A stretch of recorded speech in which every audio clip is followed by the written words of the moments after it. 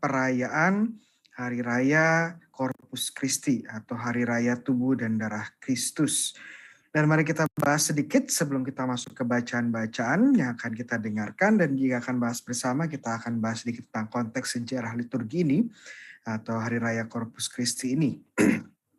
Hari Raya Tubuh dan Darah Kristus merupakan merayakan kehadiran real, ya, kehadiran nyata seluruh keilahian dan kemanusiaan Yesus di dalam perayaan Ekaristi.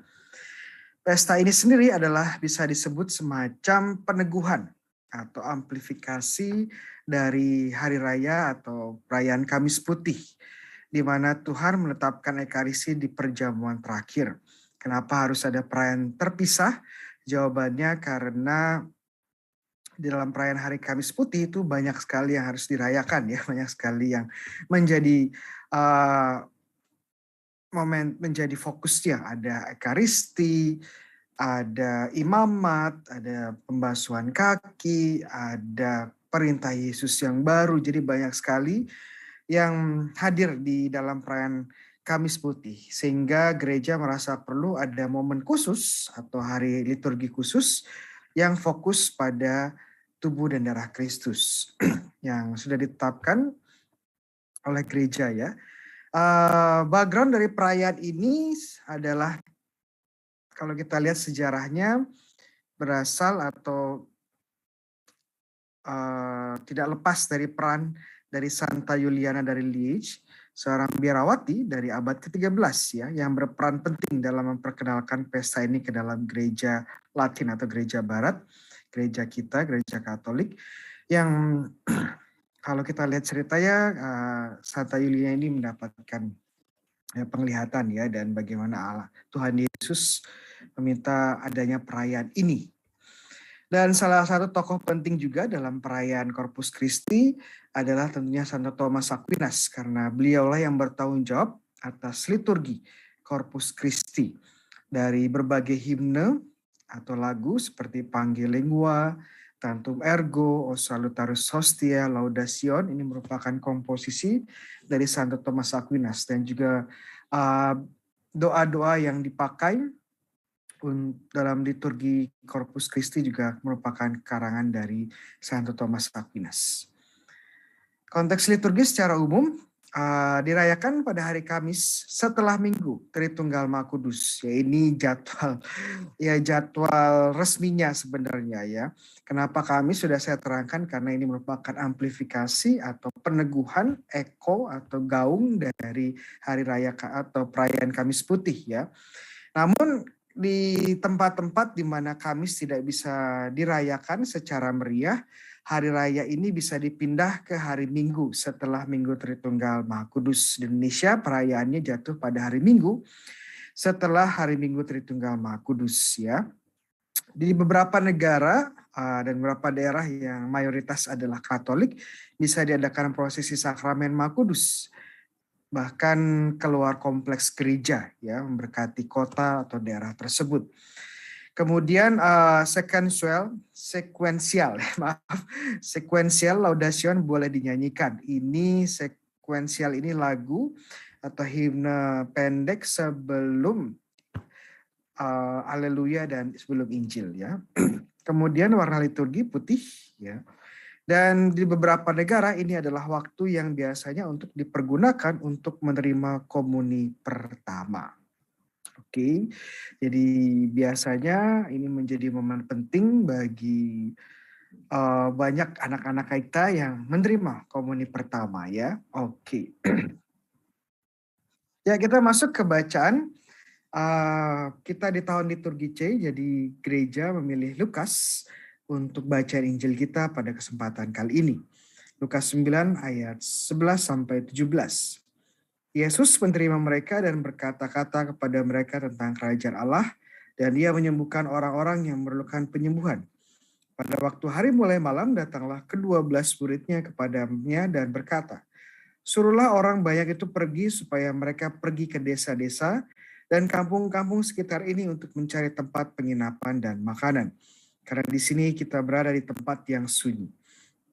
Tapi Ia berkata kepada mereka, "Kamu harus memberi mereka makan." Mereka menjawab, yang ada pada kami tidak lebih daripada 5 roti dan 2 ikan. Kecuali kalau kami pergi membeli makanan untuk semua orang banyak ini. Sebab di situ ada kira-kira 5.000 orang laki-laki. Lalu ia berkata kepada murid-muridnya, suruhlah mereka duduk berkelompok-kelompok, kira-kira 50 orang sekelompok. Murid-murid melakukannya dan menyuruh semua orang banyak itu duduk. Setelah ia mengambil 5 roti dan 2 ikan itu, ia menengadah ke langit, mengucap berkat, lalu mecah-mecahkan roti itu dan memberikannya kepada murid-muridnya supaya dibagi-bagikan kepada orang banyak. Dan mereka semuanya makan sampai kenyang. Kemudian dikumpulkan potongan-potongan roti yang sisa sebanyak 12 bakul. Ya, kita sedikit lihat konteks geografis atau di mana kurang lebih terjadinya peristiwa penggandaan roti ini ya. Jadi kita mulai melihat cukup menarik bahwa dalam hari raya tubuh dan darah Kristus atau Corpus Christi ini, gereja pada tahun liturgi C tidak memilih bacaan yang berhubungan dengan Ekaristi, biasanya tentang perjamuan terakhir, tapi secara khusus gereja di tahun liturgi C ini memilih bacaan tentang Yesus yang melipat gandakan roti untuk 5.000 orang. Ya, nanti kita akan lihat hal yang menarik yang bisa kita temukan kenapa bacaan ini juga dipilih ya, kenapa bacaan ini dipilih untuk Corpus Christi. Oke, ini kita lihat, ini peta di layar Anda, ini adalah peta dari daerah Galilea, secara khusus di sekitar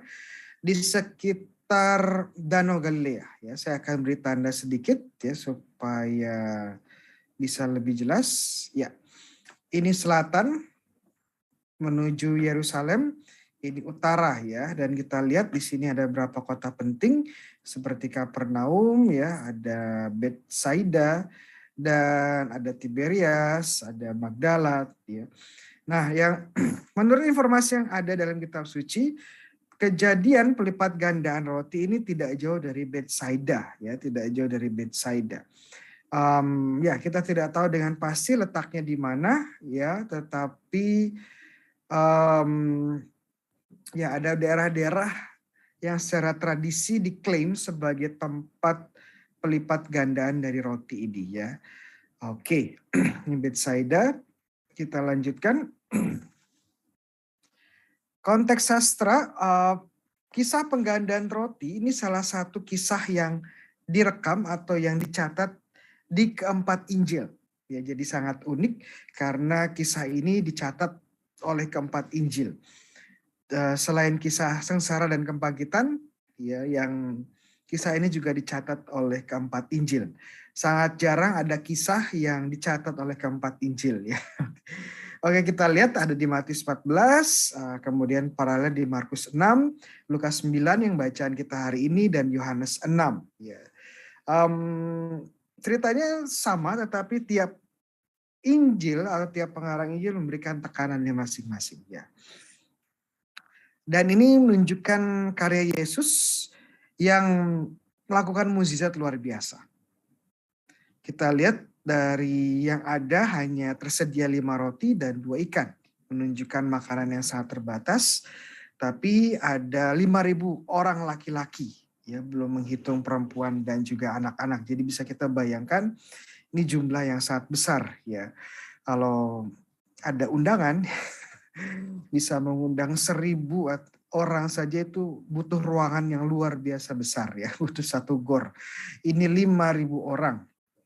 Butuh gor yang besar ya, butuh ruangan yang luar biasa besar. Ada pertandingan ya, ada pertandingan basket atau ada pertandingan voli, biasanya gornya cukup besar untuk menampung 5.000 orang. Nah, ini orang yang dalam jumlah sangat besar. Ya, kita lihat makanan 5 roti 2 ikan ini nggak akan bisa. Tidak akan bisa untuk mencukupi 5.000 orang. Mungkin hanya untuk 5 orang saja masih kurang ya, 1 orang 1 roti. Namun kita lihat walaupun harus memberi makan 5.000 orang lebih, ya semua terjadi dan bahkan ada 12 bakul. Sisa yang berlimpah. Jadi bagi Tuhan mukjizat ini merupakan mukjizat pelipat gandaan yang yang mustahil di mata para murid, tetapi karena Tuhan adalah Tuhan dapat melakukan mukjizat. Dan dia pun melakukan mukjizat yang berlimpah. Tidak hanya sekedar cukup, tetapi juga berlimpah ruah. Ya, ada sisanya bahkan sampai 12 bakul. Oke. Ada beberapa hal yang ingin saya tekankan mungkin yang dari bacaan kali ini. Ada banyak sekali yang bisa kita explore ya. Namun saya akan fokus dari perspektif ekaristinya. Kalau kita coba amati dan hubungkan antara kisah penggandaan roti, mukjizat penggandaan roti dengan perjanjian lama, kita akan menemukan bahwa mukjizat penggandaan roti di perjanjian baru atau di Injil ini menjadi semacam tanda atau menjadi tanda atau bahkan penyempurnaan dari mukjizat yang terjadi di perjanjian lama. Yang cukup menarik adalah bagaimana Lukas ini memberikan indikasi tempat terjadinya penggandaan roti. Ya, dia mengatakan di tempat yang sunyi atau terpencil. Kalau kita lihat bahasa Yunani yang digunakan adalah eremos. Ya. Dan kata eremos itu bisa diterjemahkan sebagai kata padang gurun atau sebuah padang, ya, padang gurun. Dan kalau kita mendengar kata eremos, mendengar kata padang gurun, kita di perjanjian lama tentu bayangan pertama yang keluar dalam pikiran kita adalah tentang bangsa Israel yang mengembara atau yang berjalan selama 40 tahun di padang gurun sebelum memasuki tanah terjanji. Ya, dan padang gurun juga bahasa Yunaninya adalah eremos. Sepertinya Lukas ini dengan sangat sadar ingin mengkoneksikan antara mukjizat penggandaan roti yang dilakukan Yesus dengan mukjizat yang terjadi di padang gurun. Ya, kita lihat ternyata memang ada paralelisme, ada kesamaan-kesamaan yang cukup menarik ya. Kita lihat di perjanjian lama ada ribuan orang tidak ada makanan, ya. Kemudian di tempat Yesus ada 5.000 orang yang tidak ada makanan. Kemudian di perjanjian lama di padang gurun roti mana dan daging burung puyuh yang diberikan oleh Tuhan. Ya, kemudian ini mukjizatnya. Kemudian di perjanjian baru di Injil bahan dasarnya roti dan ikan. Kemudian ada mukjizat ya. Mukjizat di mana roti mana dan daging burung puyuh ini tiba-tiba datang di pagi hari dan sore hari. Sedangkan di perjanjian baru roti dan ikan ini bahan dasarnya kemudian berlipat ganda.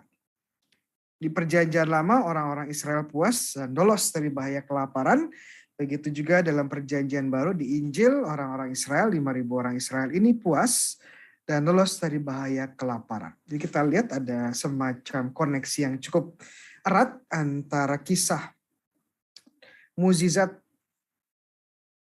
mana yang dilakukan oleh Tuhan Allah kepada bangsa Israel dengan mukjizat pelipat gandaan roti yang dilakukan oleh Tuhan Yesus di perjanjian baru. Ada koneksi erat. Nah, yang cukup menarik adalah mukjizat penggandaan roti ini tidak hanya berelasi dengan berkoneksi dengan perjanjian lama, tetapi juga memiliki koneksi yang erat dengan ekaristi. Nah, ini kenapa ya teman-teman, kenapa gereja memilih Lukas 9 kisah penggandaan roti sebagai bacaan dari Hari Raya Corpus Christi. Dan yang membuat koneksinya sangat terlihat, sangat erat adalah kata-kata Yesus sebelum dia melipat gandakan roti. Perhatikan kata-kata yang digunakan Yesus, kalau tadi kita perhatikan, Yesus mengambil roti, kemudian menengadah ke langit, mengucap berkat, memecah-mecah roti dan memberikannya kepada murid-murid. Dan kalau kita menuju perjanjian baru menuju kisah perjamuan terakhir Tuhan Yesus, kita akan menemukan kata-kata yang hampir sama juga digunakan oleh Yesus waktu dia merayakan ekaristi pertamanya. Ya. Dan bahkan kata-kata Yunani yang digunakannya pun beda-beda tipis ya. Mengambil roti, lambano, kemudian mengambil roti, lambano. Menengadah ke langit, anablepo, ya ini ada tidak semua muncul ya, tapi setidaknya kata aksi-aksi yang penting muncul ya. Menengadah ke langit ini khas di kisah penggandaan roti, tidak ada di perjamuan terakhir. Kemudian mengucap berkat ya, eulogio juga ada di perjamuan terakhir, eulogio. Kemudian yang khas di perjamuan terakhir adalah mengucap syukur ya, eucharisteo. Jadi kata ekaristi itu dari kata Yunani eucharisteo, mengucap syukur. Kemudian memecah-mecah roti, kata klau, ya. Sedangkan di dalam perjamuan terakhir, memecah-mecah roti menggunakan kata klau, ya, hampir sama ya, kata-kata klau dan klau. Kemudian memberikan kepada murid-muridnya, didomi, ya, memberikan secara umum. Kemudian perjamuan terakhir memberikan kepada murid-muridnya. Jadi kita lihat aksi Yesus di penggandaan roti, ini kemudian Yesus ulangi lagi di perjamuan terakhir. Ya, menunjukkan ada relasi erat. Penggandaan roti ini tidak hanya memiliki koneksi dengan perjanjian lama, di mana Allah memberikan mukjizatnya dan memberikan makan kepada bangsa Israel di padang gurun, tetapi juga merujuk ke masa yang depan, ya, ke masa depan atau ke perjamuan terakhir Tuhan Yesus, Ekaristi pertama. Nah, kalau kita gabungkan ya 3 peristiwa ini, Exodus yang lama ya, Tuhan Allah memberikan mukjizat kepada bangsa Israel dalam roti mana, kemudian kisah penggandaan roti dan perjamuan terakhir kita jejerkan, kita akan menemukan hal-hal yang cukup menarik. Di perjanjian lama 12 suku Israel, di penggandaan roti ada orang-orang Israel ya tentunya. Kemudian perjamuan terakhir ada 12 rasul yang menjadi Israel yang baru. Di perjanjian lama, roti mana dan daging burung puyuh yang menjadi bahan dasar penggandaan roti dan ikan. Di perjamuan terakhir ada roti dan anggur. Di Exodus yang lama ada keajaiban atau mukjizat, ya, memberi banyak makan orang. Kemudian penggandaan roti, ya, mukjizat penggandaan roti. Dan tentu saja perjamuan terakhir, Ekaristi pertama, mukjizatnya adalah roti dan anggur menjadi tubuh dan darah Kristus sendiri. Dan kita lihat efeknya apa, orang-orang Israel puas dan lolos dari bahaya kelaparan, ini perjanjian lama. Kemudian mukjizat penggandaan roti, orang-orang Israel puas dan lolos dari bahaya kelaparan. Dan perjamuan terakhir efeknya apa, orang-orang Israel yang baru, ya, gereja, 12 rasul puas dan lolos dari bahaya kelaparan rohani dan kematian. Kita lihat sekarang bagaimana mukjizat penggandaan roti dan juga bagaimana kisah roti mana di perjanjian lama ini merujuk kepada perjamuan terakhir pada Ekaristi pertama. Dan Ekaristi ini menjadi penyempurnaan dari mukjizat-mukjizat yang sudah dilakukan sebelumnya. Kenapa menjadi penyempurnaan? Karena mukjizat sebelumnya terjadi pada level fisik, pada level biologis. Sedangkan perjamuan terakhir, Ekaristi pertama, mukjizat ini terjadi pada level supranatural, ya, pada level rohani, rahmat. Tidak hanya sekedar level fisik, tapi suprafisik atau supranatural, ya, di mana ada kehidupan rohani yang terjadi, ya, ada kehidupan kekal yang diberikan.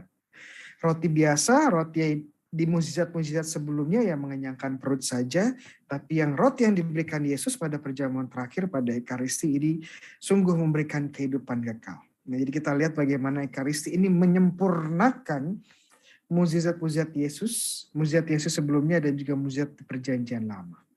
Oke. Yang cukup menarik juga dari bacaan Injil di Lukas ini adalah peran khusus dari para rasul. Perannya apa saja kita lihat ya. Bagaimana Yesus ini memberikan peran khusus, mengatakan kepada para rasul, kamu harus memberi mereka makan. Jadi waktu para murid bertanya, ini kita pulangkan saja orang-orang ini ya supaya bisa makan. Tapi Yesus bilang enggak, kamu harus memberi mereka makan. Kemudian juga Yesus juga menginstruksikan para rasul, ya, suruh mereka duduk berkelompok-kelompok, kira-kira 50 orang sekelompok. Ini sangat unik ya, kenapa Tuhan Yesus memberikan perintah unik kepada para rasul untuk mengorganisir. Ya. Memberikan kepada murid-muridnya supaya dibagi-bagikan kepada orang banyak. Jadi kita lihat bagaimana para murid ini menjadi perantara dari roti dan ikan yang dilipat gandakan Yesus. Nah, dari sini kita bisa lihat dan bisa tarik beberapa kesimpulan penting dari peran yang diberikan Yesus kepada para rasul. Pertama adalah mereka diberi tugas oleh Yesus untuk memelihara jemaat. Kamu harus beri mereka makan. Ya, ini tugas pemeliharaan ya, tugas untuk merawat dan menjaga. Itu diberikan kepada para rasul sebagai para pemimpin gereja. Kemudian tugas kedua adalah untuk memimpin dan mengorganisir. Jadi tidak hanya memelihara tapi juga memimpin dan mengorganisir gereja ya dan jemaat. Kemudian yang terakhir yang paling fundamental adalah membawa Kristus kepada umat. Ini juga sangat penting ya, tidak hanya memelihara, tidak hanya menjaga, merawat dan memimpin, tetapi lebih mendasar lagi adalah bagaimana mereka menjadi para pembawa Yesus. Mereka bertugas untuk membawa Yesus kepada jemaat. Ini adalah tugas para rasul. Ya, dan para rasul tentunya diteruskan atau penggantinya adalah para uskup. Dan para uskup dibantu oleh imam dan diakon. Jadi kita lihat fungsi dari hierarki gereja bisa dilihat dari peristiwa penggandaan roti ini ya, untuk memelihara jemaat, untuk memimpin jemaat dan untuk membawa Kristus kepada jemaat. Oke. Ya, sekarang kita masuk sedikit lebih dalam ke ajaran gereja tentang Ekaristi ya, secara khusus tentang tubuh dan darah Kristus. Kita lihat dari KGK atau Katekismus Gereja Katolik 1374, paragraf 1374, apa yang dikatakan gereja tentang Ekaristi, sakramen Ekaristi, Maha Kudus, tercakuplah dengan sesungguhnya secara real dan substansial tubuh dan darah bersama dengan jiwa dan kealahan Tuhan kita Yesus Kristus, dengan demikian seluruh Kristus. Jadi yang kita terima, yang hadir di dalam Ekaristi adalah seluruh Kristus. Ya, walaupun yang disebut adalah tubuh dan darah Kristus, tetapi sekali lagi tubuh dan darah Kristus, ya, tubuh dan darah yang hidup itu kan bagian dari seluruh tubuh ya. Dan tubuh yang hidup tidak pernah bisa dilepaskan dari jiwanya. Tubuh dan jiwa ini adalah totalitas kesatuan kemanusiaan, ya, kemanusiaan Yesus. Dan kemanusiaan Yesus tidak bisa dilepaskan dari keilahiannya. Ya. Jadi yang kita terima dalam Ekaristi ya adalah seluruh Kristus, ya, totalitas Kristus. Ini yang diajarkan gereja dan apa yang kita terima di dalam Ekaristi. Mari kita lanjutkan. Ya, gereja juga mengajarkan kapan ya tubuh dan darah Kristus, totalitas Kristus sungguh-sungguh hadir ya. Kristus hadir di dalam sakramen ini oleh perubahan roti dan anggur menjadi tubuh dan darahnya.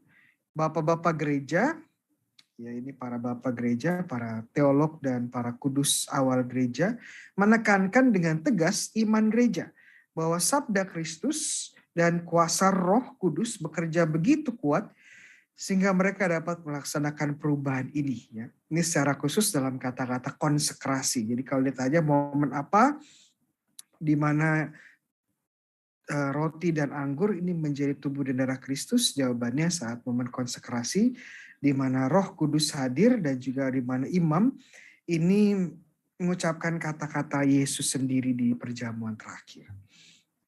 Kita lihat ini kutipan dari Santo Yohanes Chrysostomos, bukan manusia yang menyebabkan bahwa bahan persembahan roti dan anggur menjadi tubuh dan darah Kristus, melainkan Kristus sendiri yang telah disalibkan untuk kita. Jadi yang mengubah roti dan anggur Roh Kudus ya, dan juga Tuhan Yesus tentunya.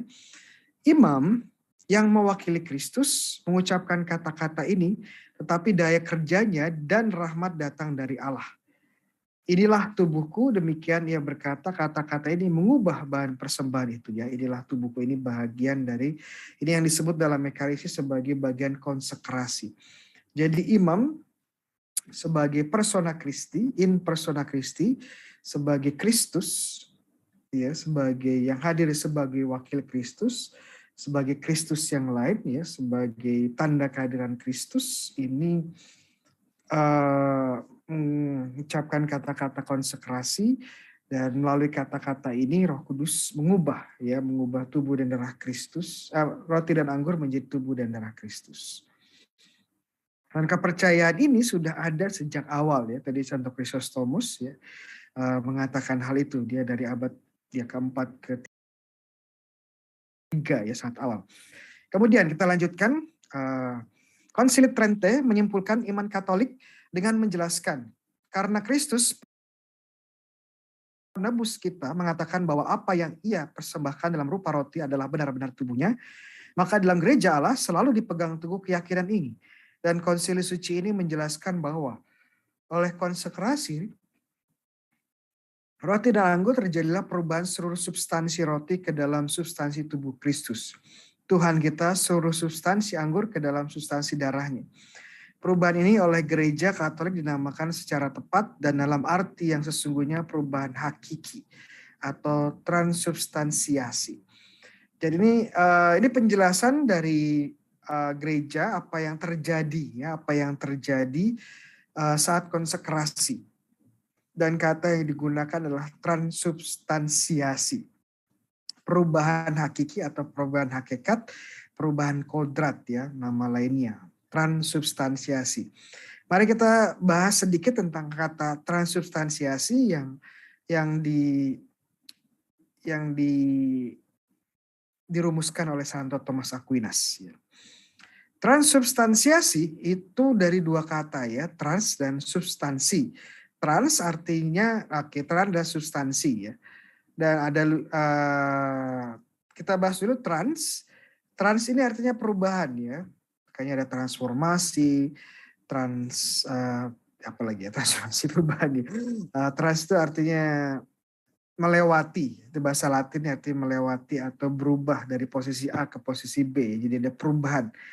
Kemudian substansi adalah hakikat, hakiki atau kodrat ya. Substansi ini nama lain dari hakikat atau kodrat.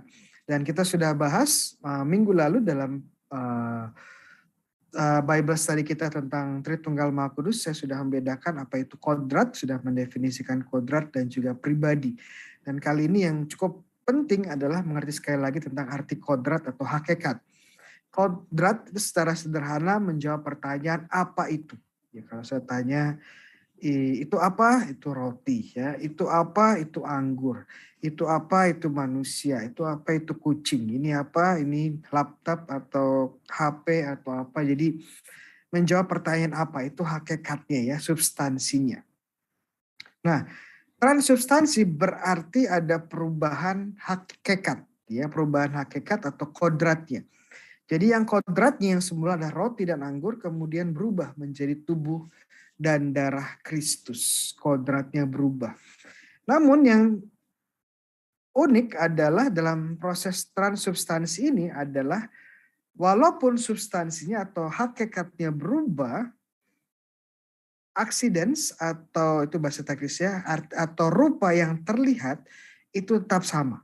Ya, rupa roti dan anggur tetap sama. Biasanya kalau substansinya berubah atau hakikatnya berubah, itu rupa yang terlihat pun berubah. Contoh kalau kayu dibakar menjadi abu ya, ada perubahan substansi yang dari kayu setelah dibakar menjadi abu dan rupanya substansinya berubah dan rupanya yang terlihat juga berubah. Oke. Nah, yang cukup menarik adalah walaupun dalam transubstansiasi ini walaupun rupanya, walaupun kodratnya berubah dari roti menjadi tubuh Kristus, aksidensnya atau rupa yang terlihatnya tidak berubah. Yang berubah kodratnya, tapi rupa yang terlihat tidak berubah. Apa yang kita lihat tidak berubah, walaupun substansinya atau kodratnya berubah. Ya, saya terangkan pelan-pelan ya. Jadi dalam transubstansiasi ada perubahan kodrat. Perubahan kodratnya dari roti menjadi tubuh Kristus, dari anggur menjadi darah Kristus ya. Namun yang cukup menarik atau yang luar biasa adalah walaupun kodratnya berubah, yang terlihat atau rupa yang terlihat tidak berubah. Rupa yang terlihat tetap rupa roti dan anggur. Bagaimana bisa itu? Bagaimana hal ini terjadi? Jawabannya ini adalah mukjizat.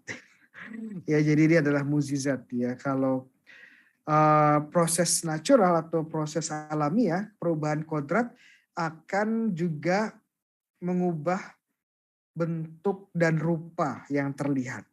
Dari kayu terbakar menjadi abu, ya. Kodratnya berubah dari kayu menjadi abu, rupa yang terlihat juga berubah dari kayu menjadi abu. Namun dalam transubstansiasi, kodratnya berubah, roti menjadi tubuh Kristus, tapi apa yang terlihat tidak berubah. Ya, ini kok bisa seperti itu Romo? Jawabannya ini mukjizat. Ya, Tuhan melakukannya ya. Oke. Ya, transubstansiasi yang terjadi saat konsekrasi. Ya, ini istilah teknis yang membantu kita mengerti apa yang terjadi, walaupun bagaimana itu sungguh terjadi, jawabannya misteri dan ini adalah sebuah mukjizat ilahi. Jadi kalau kita bisa lihat, kalau kita mencari mukjizat, sebenarnya ya mukjizat terjadi setiap hari saat kita merayakan Ekaristi. Ya, ini mukjizat yang luar biasa besar sekali. Karena mukjizat ini tidak hanya masalah perubahan fisik atau biologis ya. Mukjizat kesembuhan kan ini berhubungan dengan badan ya, dengan tubuh, dengan biologi yang tadinya sakit jadi sehat gitu. Atau mukjizat apa lagi itu penyembuhan. Ya, mukjizat lain-lain biasanya hanya berhenti pada level fisik. Sedangkan Ekaristi ini tidak hanya masalah perubahan kodrat atau di level fisik saja, tetapi ini adalah mukjizat rohani ya yang memberikan kehidupan rohani kepada kita. Ya oke, itu untuk Injil. Kita mulai masuk ke bagian bacaan berikutnya dari Kejadian 14, 18 sampai 20. Melkisedek Raja Salem membawa roti dan anggur dan ia seorang imam Allah yang maha tinggi. Lalu ia memberkati Abram, katanya diberkatilah kiranya Abram oleh Allah yang maha tinggi, pencipta langit dan bumi. Dan terpujilah Allah yang maha tinggi yang telah menyerahkan musuhmu ke tanganmu. Lalu Abram memberikan kepadanya 1/10 dari semuanya. Sedikit konteks, ini tentang ceritanya Abram dan Lot. Ya. Ini Abram sebelum dia berubah nama jadi Abraham ya. Setelah Abram dan Lot menetap di Kanaan, ya, kemudian Abram dan Lot ini menjadi pengembala ya di sana. Kemudian Lot ini kurang beruntung nasibnya karena dia kemudian ditangkap oleh raja-raja di Kanaan. Itu kata raja di sini ya merujuk kepada raja-raja kecil ya, atau pemimpin suku lebih tepatnya ya. Dia tangkap oleh Kedorlaomer dan raja-raja lain di sekitar Kanaan. Kemudian Abraham mengetahui bahwa Lot ditangkap, dia mengerahkan orang-orangnya dan melawan Kedorlaomer. Susah sekali. Abraham pada akhirnya menang dan membebaskan Lot. Nah, setelah kemenangan ini tiba-tiba muncul tokoh yang namanya Melkisedek, Raja Salem, bertemu dengan Abram dan dia mempersembahkan kurban dan kemudian dia memberkati Abram yang sudah diberkati oleh Tuhan dengan kemenangan dia. Sebenarnya siapa sih Melkisedek ini ya? Ini figur yang cukup misterius. Ada beberapa hal yang cukup menarik dari Melkisedek. Kata Melkisedek ini lebih tepatnya gelar. Ya. Kata Melkisedek dari dua kata ya, yang artinya raja yang benar atau raja yang binak ya. Raja yang bijak, raja yang benar. Bahasa Inggrisnya righteous king, Melki dan Sedek ya, raja benar, Sedek, Melkisedek. Kemudian dikatakan dia adalah Raja Salem. Nah, Salem ini adalah nama kuno dari Yerusalem. Jadi dia Raja Yerusalem. Dan yang cukup menarik, dia tidak hanya seorang raja tapi juga seorang imam. Dan bahkan pertama kali ya kata imam dalam bahasa Yunani kohen muncul. Dan kemunculan kata imam ini disematkan kepada Melkisedek. Cukup menarik. Dan Melkisedek ini satu-satunya imam Allah yang maha tinggi di Kejadian. Gelar sebagai imam, tapi tidak hanya imam, tapi juga imam Allah yang maha tinggi. Yang hanya muncul di kitab Kejadian. Disematkan kepada Melkisedek. Dan perhatikan persembahannya adalah persembahan kurban, roti, dan anggur. Biasanya kalau kita berbicara kurban, kita yang terpikirkan adalah kurban domba ya atau hewan lainnya. Sehingga ada darahnya ya, karena hewan-hewan ini perlu disembelih. Darah dan tubuh dipisahkan. Namun kita lihat ada jenis-jenis persembahan lain yang dalam tanda petik tidak berdarah ya, yang tidak membutuhkan penyembelihan. Contoh kurban yang dibawa oleh Melkisedek adalah roti dan anggur. Ini kenapa bacaan ini dipilih ya, bacaan dari kejadian 14 ini dipilih ya, kurban Melkisedek ini menunjukkan bahwa kurban tidak selamanya harus berdarah atau berdarah-darah ya.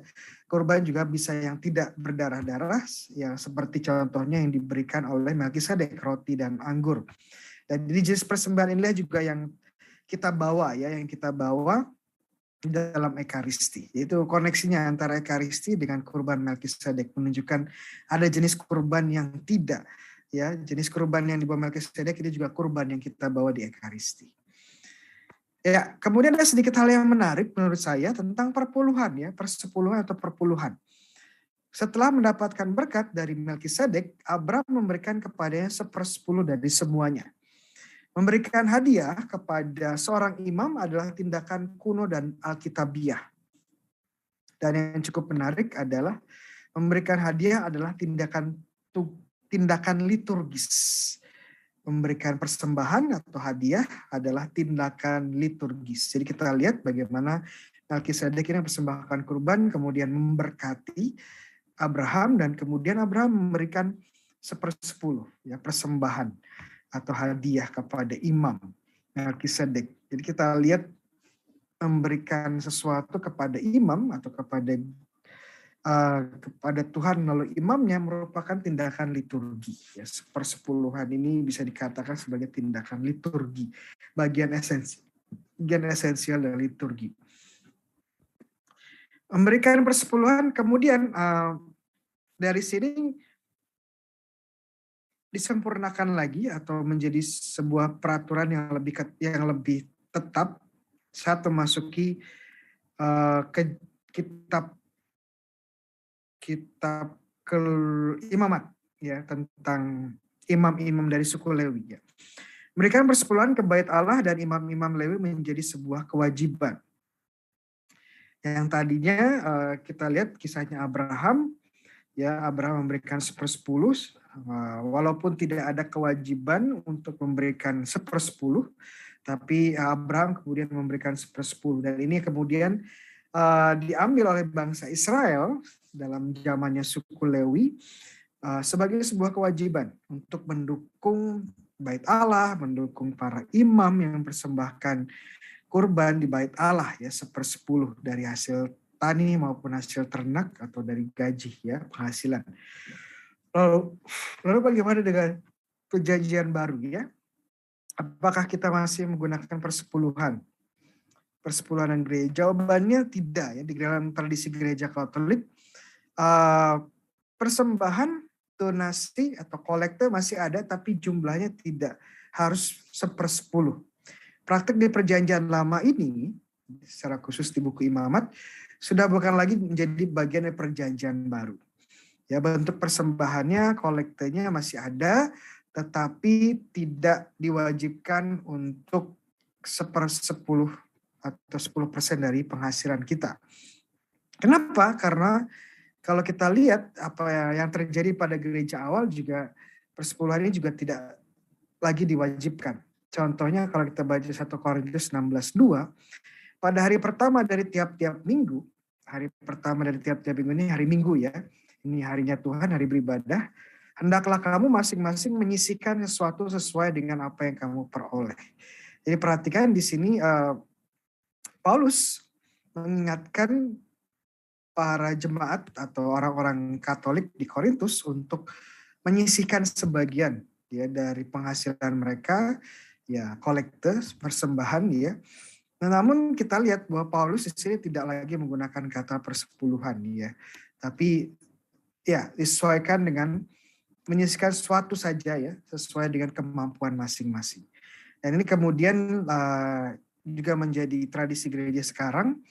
Umat beriman juga berkewajiban nyumbang untuk kebutuhan material gereja sesuai dengan kemampuannya. Jadi kita lihat bahwa memang menyumbang untuk membantu gereja atau mendukung kelangsungan hidup gereja adalah sebuah kewajiban dari setiap umat beriman, tetapi sekali lagi gereja tidak memaksa harus mengumpulkan sekian persen atau harus segini banyak, enggak ya. Kembali kepada setiap individu sejauh mana dia bisa mensupport gereja, ya sejauh mana dia bisa mendukung gereja. Oke, kita lanjutkan ke bacaan berikutnya 1 Korintus 11, 23, 26. Sebab apa yang telah kuteruskan kepadamu telah aku terima dari Tuhan, yaitu bahwa Tuhan Yesus pada waktu ia diserahkan mengambil roti, dan sudah itu lalu mengucap syukur atasnya, ia mecah-mecahkan dan berkata, inilah tubuhku yang diserahkan bagimu. Perbuatlah ini menjadi peringatan akan aku. Demikian juga ia mengambil cawan, sudah makan lalu berkata, cawan ini adalah perjanjian baru yang dimateraikan oleh darahku. Perbuatlah ini setiap kali kamu meminumnya, menjadi peringatan akan daku. Sebab setiap kali kamu makan roti ini dan minum cawan ini, kamu memberitakan kematian Tuhan sampai datang. Oke, sedikit konteks dari 1 Korintus. Ya, Korintus adalah kota yang kaya. Ya, ini adalah di mana orang-orang disuruh kerajaan Romawi datang dan melakukan hubungan bisnis. Ya, ini adalah kota commerce, ya, kota dagang. Sehingga karena kota dagang, ya kota strategis, banyak pedagang di sana datang, ya hidup pun makmur ya. Paulus menghabiskan lebih dari setahun untuk mewartakan dan bangun sebuah gereja di sana ya, bangun gereja atau komunitas jemaat ya, jadi bisa dibilang paroki atau kuskupan lah ya, semacam itu. Bisa dibaca di Kisah 18. Setelah Paulus pergi, gereja di sana menghadapi banyak krisis dan masalah. Dan salah satu masalah yang cukup serius adalah tentang ibadah dan ekaristi. Jadi kita bisa lihat apa yang ditulis oleh Paulus sebenarnya di 1 Korintus 11 tadi, ada konteks besarnya adalah bagaimana Paulus ini mencoba untuk memberikan jawaban terhadap masalah-masalah seputar liturgi, secara khusus masalah di dalam ekaristi. Ya. Nah, yang baru kita dengarkan tadi sebenarnya adalah kata-kata konsekrasi. Dan cukup unik bahwa kata-kata konsekrasi ini atau kata-kata institusi, kata-kata Yesus dalam perjamuan terakhir ini direkam di empat tempat. Yang cukup namun yang cukup unik adalah keempat tempat ini bukan keempat Injil ya. Karena Yohanes tidak menulis kata-kata ini yang cukup menarik. Ada Matius, ada Markus, Lukas, dan 1 Korintus. Kalau teman-teman perhatikan kata-kata yang digunakan sebenarnya cukup berbeda berbeda, memiliki variasi masing-masing di setiap pengarang Injil dan juga Paulus ya. Namun perbedaan ini tidak perlu menjadi hal yang besar. Kenapa? Karena esensinya sama. Dan kedua, memang penulis-penulis pada zaman ini memiliki fleksibilitas untuk memberikan modifikasi mereka, memberikan tekanan mereka. Kenapa demikian? Ingat bahwa belum ada waktu itu CCTV atau kamera recording ya, jadi belum ada Zoom. Jadi kata-katanya ya, karena itu kata-kata Yesus yang sungguh-sungguh yang sungguh-sungguh pas itu tidak begitu bisa didapatkan kembali gitu ya. Namun penulis-penulis kuno ya, termasuk penulis Injil, memahami bahwa mereka tidak harus untuk menulis setiap kata Yesus secara persis. Apa yang disebutkan, apa yang dikatakan Yesus harus ditulis dengan persis, tidak ya. Yang penting adalah bagaimana mereka mendapatkan essence atau mendapatkan hakikat atau mendapatkan inti dari perkataan Yesus. Jadi kita lihat walaupun ada modifikasi dan perbedaan, di keempat tempat ini kita lihat ada hal-hal yang sama. Contohnya adalah tubuhku. Ini selalu muncul, ya, tubuhku muncul di keempat tempat yang menunjukkan sungguh Yesus memberikan tubuhnya. Kemudian untuk bagian anggur atau darah, kita lihat data darahku ini selalu muncul di keempat tempat. Kemudian juga perjanjian, ya, entah itu darah perjanjian atau perjanjian baru, ini muncul juga di keempat tempat, ya, kata darah dan kata perjanjian. Jadi kita lihat walaupun ada modifikasi, di setiap modifikasi atau ada tekanan yang berbeda di setiap pengarang Injil dan juga Paulus, intinya tetap sama. Ya. Tubuh Yesus, tubuhku diberikan, kemudian darahku sebagai perjanjian. Ini hal yang muncul, ya, muncul yang menjadi penyatu dari keempat kata-kata institusi ini. Kalau kita bandingkan dengan kata-kata institusi atau kata-kata konsekrasi, di dalam Ekaristi kita akan melihat ada mungkin ada yang bertanya kata-kata konsekrasi di dalam Ekaristi ini mengambil variasi apa, ya? Matius, Markus, Lukas, atau Paulus? Ya, jawabannya tidak dari satu Injil saja atau satu pengarang Injil saja, tapi dari semuanya disarikan oleh gereja, ya. Jadi kita lihat, terimalah dan makanlah kamu semua, inilah tubuhku yang diserahkan bagimu. Ya. Kemudian terimalah dan minumlah kamu semua, inilah piala darahku, darah perjanjian baru dan kekal. Ada kata darah, ada kata perjanjian, ya, perjanjian baru, kekal, ditumpahkan bagimu dan bagi semua orang demi pengampunan dosa. Lakukanlah ini sebagai kenangan akan daku. Jadi apa yang dilakukan gereja adalah menyarikan dari kata-kata konsekrasi atau kata-kata Yesus di perjamuan terakhir dari ketiga pengarang Injil plus Paulus, ya. Itu yang dilakukan oleh gereja. Oke, hal yang cukup menarik lainnya adalah kata-kata Paulus sebelum dia mengatakan kata-kata konsekrasi. Dia mengatakan, sebab apa yang telah kuteruskan kepadamu telah aku terima dari Tuhan. Ya, kita lihat teksnya, ya. Ayat 23, sebab apa yang telah kuteruskan kepada kamu telah aku terima dari Tuhan, yaitu bahwa Tuhan Yesus pada malam waktu ia diserahkan dan seterusnya. Itu kemudian. Ya, kenapa ini menarik, ya? Kalau kita perhatikan kata yang aku terima dari Tuhan, dalam bahasa Yunani adalah paradidomi. Dan paradidomi ini diterjemahkan ke dalam bahasa Latin sebagai tradere. Ini yang menjadi akar kata dari tradisi. Ya, tradisi. Jadi kita bisa mengatakan bahwa apa yang disebutkan Paulus, sebab apa yang telah kuteruskan kepadamu telah, ya, merupakan tradisi dari Tuhan.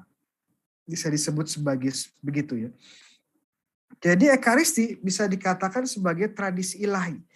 Ingat, sebelum Injil ditulis, Ekaristi sudah dirayakan. Sebelum Ekaristi ditulis, ya, Tuhan Yesus sudah membangun gerejanya, dan di dalam gereja ini anggota gereja setiap hari Minggu bahkan setiap hari merayakan Ekaristi. Dan di sini Paulus menyadari bahwa tradisi ini, menyadari bahwa Ekaristi ini adalah tradisi yang dia terima dari Tuhan sendiri, dari ilahi, ya, dari Allah sendiri. Makanya disebut sebagai tradisi ilahi. Jadi kalau teman-teman bertanya tradisi suci itu apa saja isinya, salah satunya yang paling fundamental adalah Ekaristi atau liturgi Ekaristi dan sakramen yang lain. Oke? Tapi jangan lupa juga bahwa walaupun sebenarnya Paulus mengatakan sebab apa yang telah kuteruskan kepadamu adalah tradisi dari Tuhan atau yang telah aku terima dari Tuhan. Tentu saja Paulus ini mengatakan bahwa dia sebenarnya menerima dari para rasul, ya. bukan dari Tuhan Yesus sendiri, tapi dari para rasul. Sehingga kita bisa menyebutkan bahwa ini adalah Ekaristi sebagai tradisi apostolik. Tradisi yang berasal dari para rasul, ya. Bahasa para rasul, bahasa Yunani-nya apostolos, ya. Makanya tradisi apostolik. Jadi kita bisa lihat kalau kita tanya tradisi apostolik itu apa, Romo? Contohnya ya Ekaristi. Tradisi ilahi contohnya apa, Romo? Adalah Ekaristi. Jadi sangat penting bahwa apa yang kita terima Ekaristi itu dari Tuhan sendiri, dari Tuhan Yesus yang diteruskan kepada para rasul, kemudian para rasul ke gereja. Ini yang diteruskan, ini yang menjadi tradisi suci kita. Dan perlu diingat bahwa tradisi suci atau Ekaristi lebih tepatnya itu sudah ada bahkan sebelum Injil ditulis, sebelum Paulus menulis suratnya. Ya. Oke, jadi ada momen-momen yang ada sebelum Injil ditulis, sebelum surat-surat Paulus ditulis. Oleh karena itu sumber iman gereja Katolik tidak hanya kitab suci tetapi juga tradisi suci. Kenapa? Ya karena sudah saya sebutkan tadi bahwa ada momen-momen di mana